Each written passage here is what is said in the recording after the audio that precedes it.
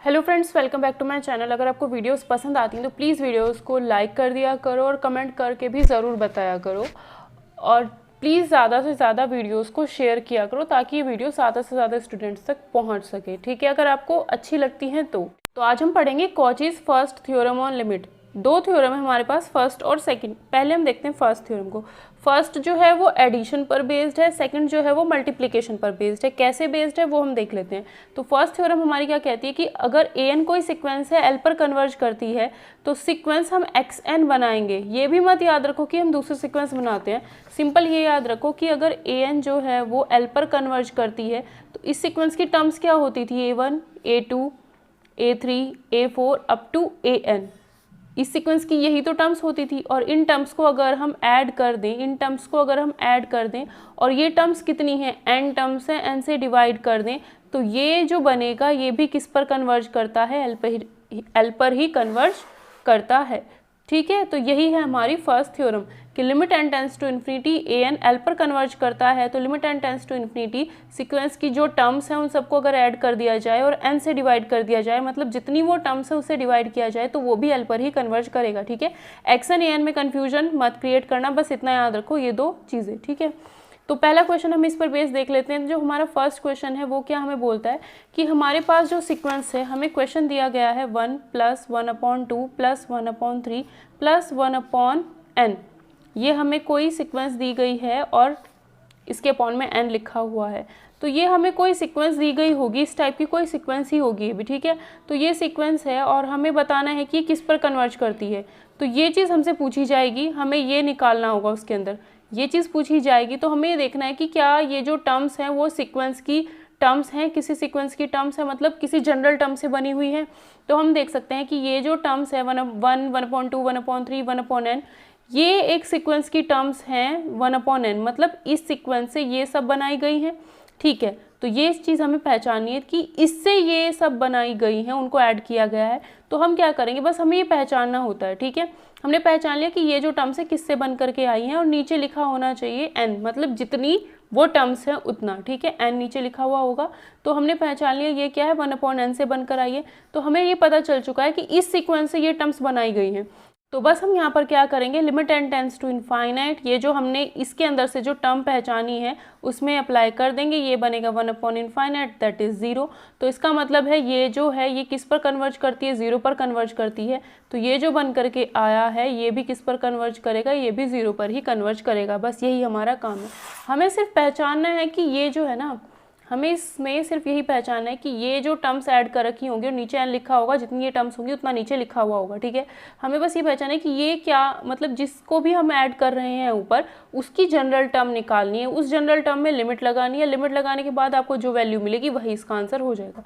ठीक है, तो सेकंड क्वेश्चन भी हम इसका देख लेते हैं। सेकंड क्वेश्चन क्या है, सेकंड क्वेश्चन में है 2/1 3/2 + up to n + 1/n, और कितनी टर्म्स हैं, ये n टर्म्स हैं तो n से ही डिवाइड कर रखा है। ठीक है, तो बस हम क्या करते हैं भाई, ये हमें पता चल चुका है n + 1/n, n + 1/n, यही तो बना है, नीचे से ऊपर एक ज़्यादा है। तो यहाँ पर जनरल टर्म हमें मिल चुकी है n + 1/n, तो ये हमें मिल चुकी है। बस यहाँ से हमें जनरल टर्म पहचाननी है, इस सीक्वेंस से ये टर्म्स बनाई गई थी, उनको ऐड किया गया था। दैट मीन्स बस हम क्या करेंगे, इसके अंदर limit n tends to infinite apply कर देंगे। और वो हमें पता है कि हमें कैसे करना होता है, कि हम क्या करेंगे, n + 1/n में limit n tends to infinite apply करना है। तो हम क्या करते हैं, ऊपर और नीचे यानी न्यूमरेटर और डिनोमिनेटर में ये देखेंगे कि n की हाईएस्ट पावर कितनी है, यहाँ भी 1 है, यहाँ भी 1 है।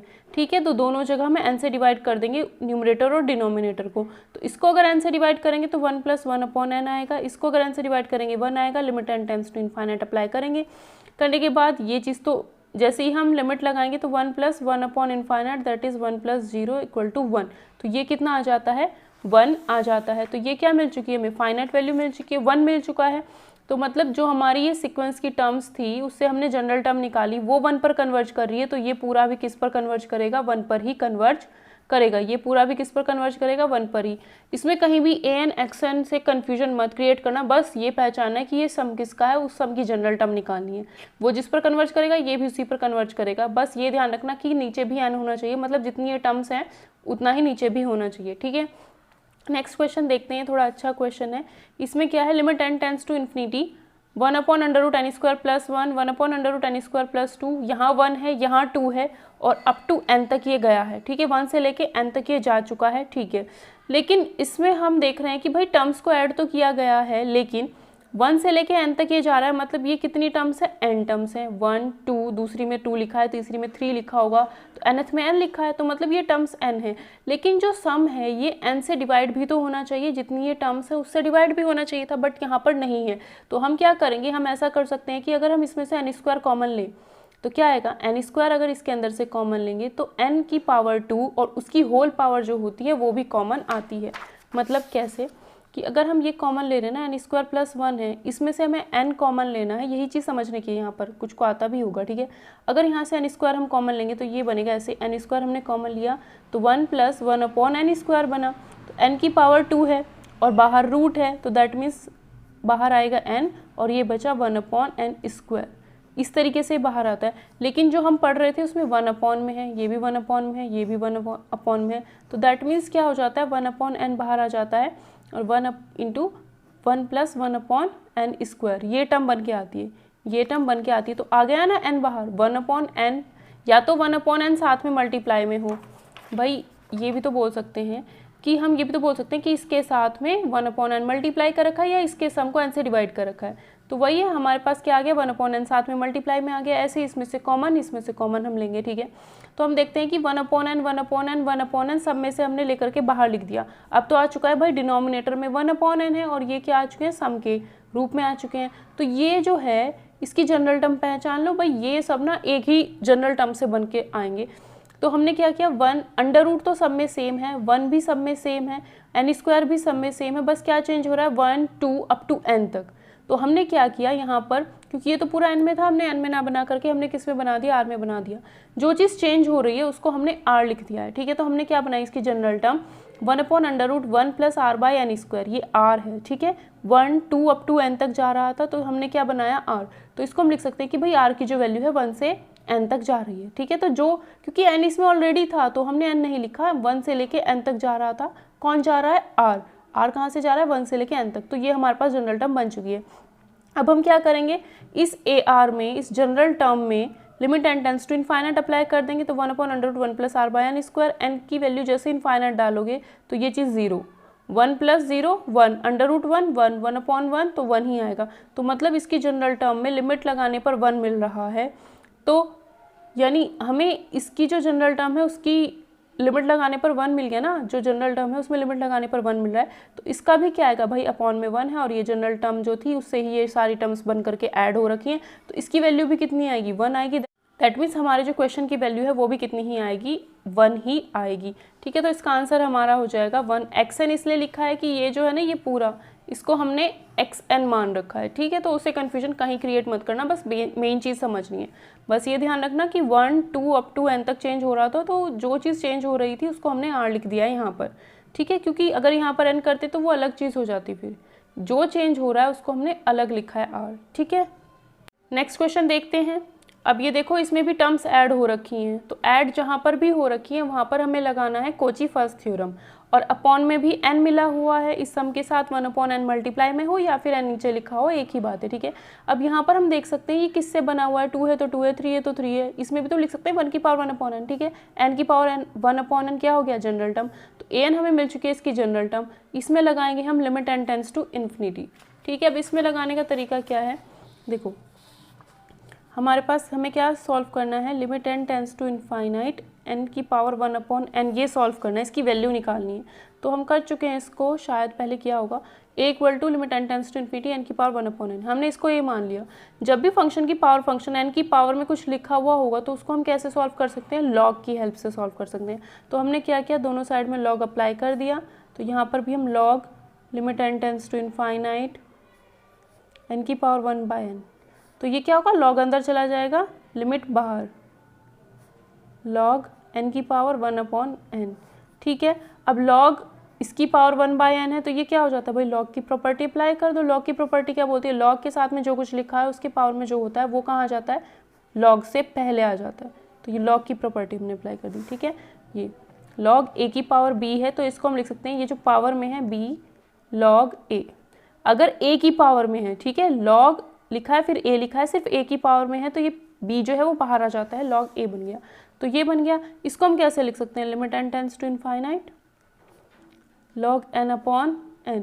इन्फिनिटी अपॉन इन्फिनिटी बनेगा, जैसे इसमें n की वैल्यू इनफाइनाइट रखेंगे तो इनफाइनाइट अपॉन इनफाइनाइट, तो इसमें क्या कर देंगे, एल हॉस्पिटल रूल अप्लाई कर देते हैं। तो क्या होगा, ये डिवाइड करने पर वन, डिफ्रेंशिएट करने पर इसको और इसको दोनों को डिफ्रेंशिएट कर देते हैं ना, एल हॉस्पिटल रूल में इसको और इसको दोनों को डिफ्रेंशिएट कर देते हैं अगर इन्फिनिटी बाय इन्फिनिटी की टर्म बनती है तो ये बना हमारा 1 अपॉन एन, ये बना हमारा 1, लिमिट लगाएंगे इसमें n टेंड्स टू इनफाइनाइट, तो ये क्या बनेगा 1 अपॉन एन ही है ये, तो इसमें लिमिट लगाओ, कितना आता है, लिमिट लगाने पर ये बनेगा 1 अपॉन इनफाइनाइट दैट इज़ 0।